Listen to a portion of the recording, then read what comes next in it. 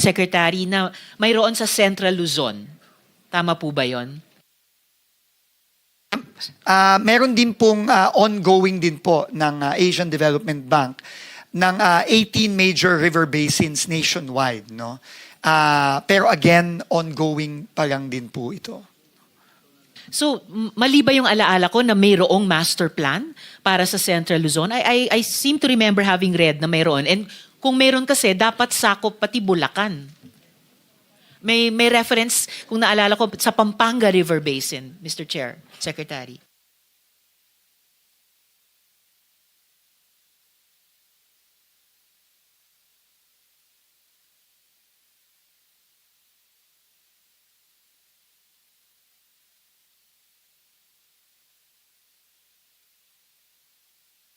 Kita po namin, and we can give a copy po to the committee and to the Honorable Senator of this Yes, please, Mr. Chair. April 2013 Master Plan for Flood Management in Metro Manila and surrounding areas. So, meron din po sigurong kaunting Region 3 dito. I suspect baka meron pong Bulacan dito. Kakahanap pa lang po namin ito, Mr. Chairman, Madam Senator. And we will submit this po to the committee. Salamat, Mr. Chair. Chairman, Yes, with Mr. the Chair. with the permission of Senator Ontiveros. Yes, Mr. Chair. Just Senator Pangilinan is yes, just recognized. very quickly yung information ng master plan. Can you give us a cost estimate of the completion of that master plan? Magkano yan? Kasi baka nga yung 2 taong flood control na nalustay enough to address itong 18 river basins and address the problem of potable water, irrigation, as well as flood control. Just to inform, submit the costing, estimated cost to us. To clarify po, Mr. Chairman, cost po nung paggawa nitong master plan, hindi No, po no, yung, no, no. The cost- o yung mga proyekto. If the plan is implemented, how much will it cost? How long will it take? Di ba may plano? Senator Pangilinan, with due respect, may I remind you that you are only allowed one follow-up question unless Yes, Senator sorry. Ontiveros opts not to reclaim her time.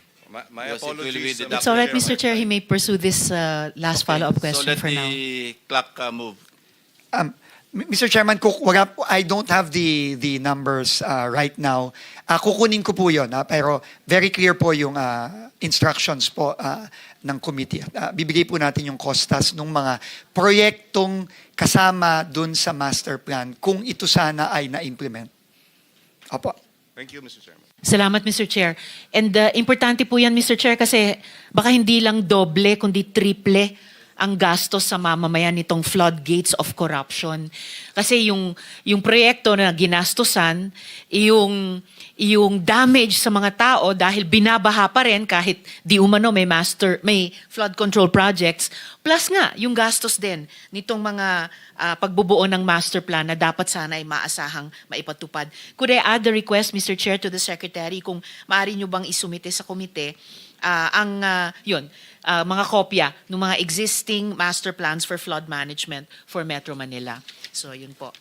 We will comply po. Thank you. Mr. Thank you, Chair. Secretary, Mr. Chair. Dako naman po ako sa ngayon sa mga Diskaya sana, pero isa lang amang po dito, ay nandito. So, kay Mr. Curly Diskaya.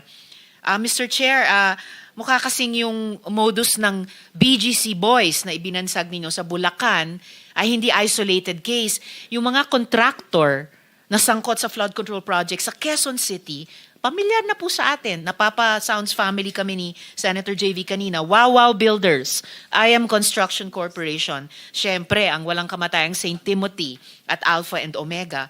So, Mr. Diskaya, sinabi niyo po sa affidavit ninyo na hindi maiiwasan magbayad sa mga regional directors at district engineers ng DPWH para makakuha ng projects. Wow, no? Sabi nyo pa ay nagbabayad kayo ng from 10 to 25% sa DPWH. Kinailangan nyo rin bang magbayad ng SOP para makakuha ng projects doon naman sa Quezon City? Your Honor, hindi po. Bali, kami po ay nilalapitan lang po pag once na may award na po. At saka lang po kami nilalapitan. At ayaw po naming magbigay, Your Honor. Kaya lang po, ay napapressure lang po kami. So hindi tama yung unang sagot nyo na hindi kayo nagbabayad? Kasi yung huling sinabi nyo ngayon ay ayaw nyo sana, pero nape-pressure kayo. So, suma total, nagbabayad din po kayo kahit sa project sa Quezon City. Labag po sa kalooban po namin, pero ano po, kasi magkakaroon po ng problema po ang collection po namin at saka yung mga projects po namin. So labag sa kalooban nyo, pero dahil gusto nyong makakolekta, dahil ayon sa inyo, hindi daw kayo makakakolekta kung hindi kayo nagbabayad. Again, suma total, Mr. Chair, nagbabayad pa rin kayo. Labag po sa kalooban namin, Your Honor. Labag man sa kalooban, Mr. Chair, o kusa, nagbabayad kayo, tama? Napipilitan lang po kami, Your Honor. Pwede bang palitan yung verb? Wag na yung labag o napipilitan. Nagbabayad kayo, tama? Kinukuha po nila sa amin, Your Honor, yung... Mr. Chair, Hindi naman kayo hino-hold up, I think Mr. the question Chair. of Senator Risa is only answerable by yes or Senator no. Estrada is recognized. Yes, Mr. Kindly Chair. address the chair if you want to Yes, interject. Mr. Chair, I apologize. The question of Senator Ontiveros is only answerable by yes or no. Yes, Your Honor. All right. You answer, Senator Risa. Thank you, Mr. Chair. So yes, nagbabayad kayo. Yes, Your Honor. Yes, hindi kayo hino-hold up. Kayong nang-hold up sa taong bayan. Pag napatunayan namin lahat-lahat nitong mga flood control project scams. Okay, dyan po ba sa Quezon City, nagbibid din ba ang mga kumpanya ninyo laban sa isa't isa? No po, Your Honor.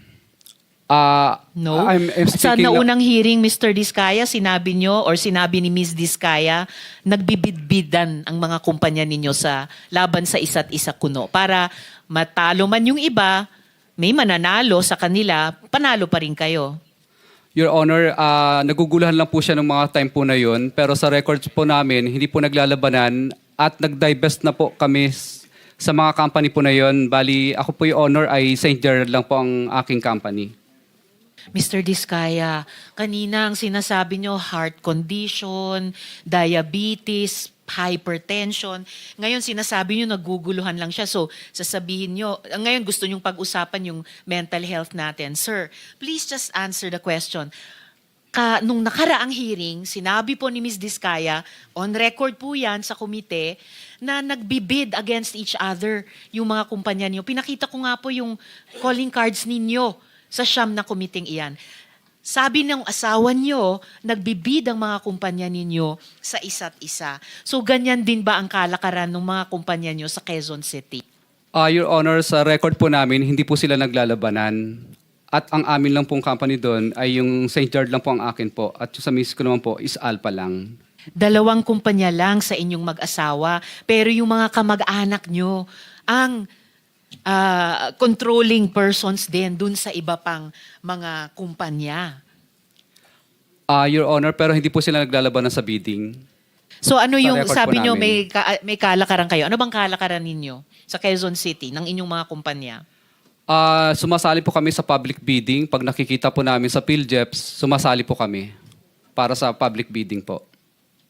Pero bakit sinabi nung asawa nyo na kahit pagkatapos mabasa nyo sa PhilJeps, nagko-compete, hindi lang isa, hindi lang dalawa ninyong mag-asawa, pero yung siyam na kumpanya ninyo sa isa't isa? Your Honor, kinakabahan lang po siya at saka kinakabahan lang po siya. Pero sa record po namin, wala po naglalabanan. Sige, titignan ko ulit yung mga records ninyo ha.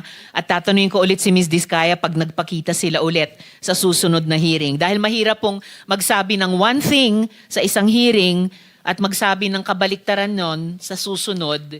Perjury po ang tawag doon dahil under oath po kayong mga resource persons. Ngayon may mga nakausap o nilapitan din ba kayong regional directors at regional director at district engineers dito naman sa NCR? Your Honor, wala po. Bali, sumasali po kami sa public bidding. Pag nakakita lang po kami ng mga public bidding na nakapost sa PhilJeps na invitation, tsaka lang po kami pumupunta at sumasali sa bidding. At nagbayad din ba kayo ng 10 to 25% para makakuha ng proyekto? Yan po ang pinipilit po nila kapag kami po ay na-awardan na po ng project at saka po sila nagdadatingan. At pag nagdadatingan sila at pinipilit kayo, nagpapapilit naman kayo, nagbabayad kayo. Your Honor, wala po kami magawa kasi syempre po natatakot kami dahil nagkaroon na po kami ng mga karanasan na nami-mutual terminate po at nami-mutual terminate at saka nagkakaroon po ng right of way problem ang mga project po namin. Pero nagbabayad kayo, 10 to 25% sa Quezon City. Your Honor, yes po, Your Honor. Yes, ay salamat. Isang consistent na sagot so far. Ngayon, sir, doon sa inyong affidavit, Mr. Diskaya, doon po sa inyong affidavit, paano kayo nagbabayad sa mga opisyal, gaya ng sinabi nyo? Cash ba yan lagi? Cash po lagi. Okay, cash lagi. So, nag-withdraw kayo ng malaking cash sa bangko? Yes po, Your Honor. Yes. Magkano pinag-uusapan natin? Anong range ng bigayan? Your Honor, I invoke my right po, Your Honor, kasi wala pa po akong protection po. Sir, ang protection Witness nyo ay protection. magsabi kayo ng totoo, under oath. Kanina, inamin nyo na nagbabayad kayo ng 10 to 25% sa Quezon City. So, given yung range ng halaga ng mga proyekto nyo sa Quezon City, magkano ang range ng bigayan kapag kayo nagbabayad niyang 10 to 25%? Senator, with the permission of Senator Yes, Tiveros, Mr. Chair. the Senate President is recognized. Mr. Diskaya, Mr. bigyan ko kayo ng advice, ha? This is not because I am a lawyer. It's because I have been here for ages, since 1992. Ay, ako ang pinakamatandang senador dito eh. Sa term, hindi sa edad. Mas may edad sa akin yung katabi ko. Meron kayong legislative immunity, huwag kayong matakot. Pag sa hearing kayo nagsasalita, pwede nyo invoke legislative immunity, magsalita kayo. Huwag nyo sabihin yung against self-incrimination. Hindi. There is such thing inherent sa mga committees, yung legislative immunity yung tinatawag. Kung meron kayong gusto ipagtapat ninyo. Hindi pwedeng gamitin sa inyo pag sa hearing nyo sinabi. Makakatulong kayo sa amin at matutulungan din namin kayo. Yun ang gawin ninyo. Tatanong sa abogado nyo, alam ng abogado nyo yan eh. Baka lang, ayaw nyo lang talaga sabihin yung dapat eh. Di ba? Huwag kayong matakot. At meron po kaming maibibigay sa inyong legislative immunity tinatawag.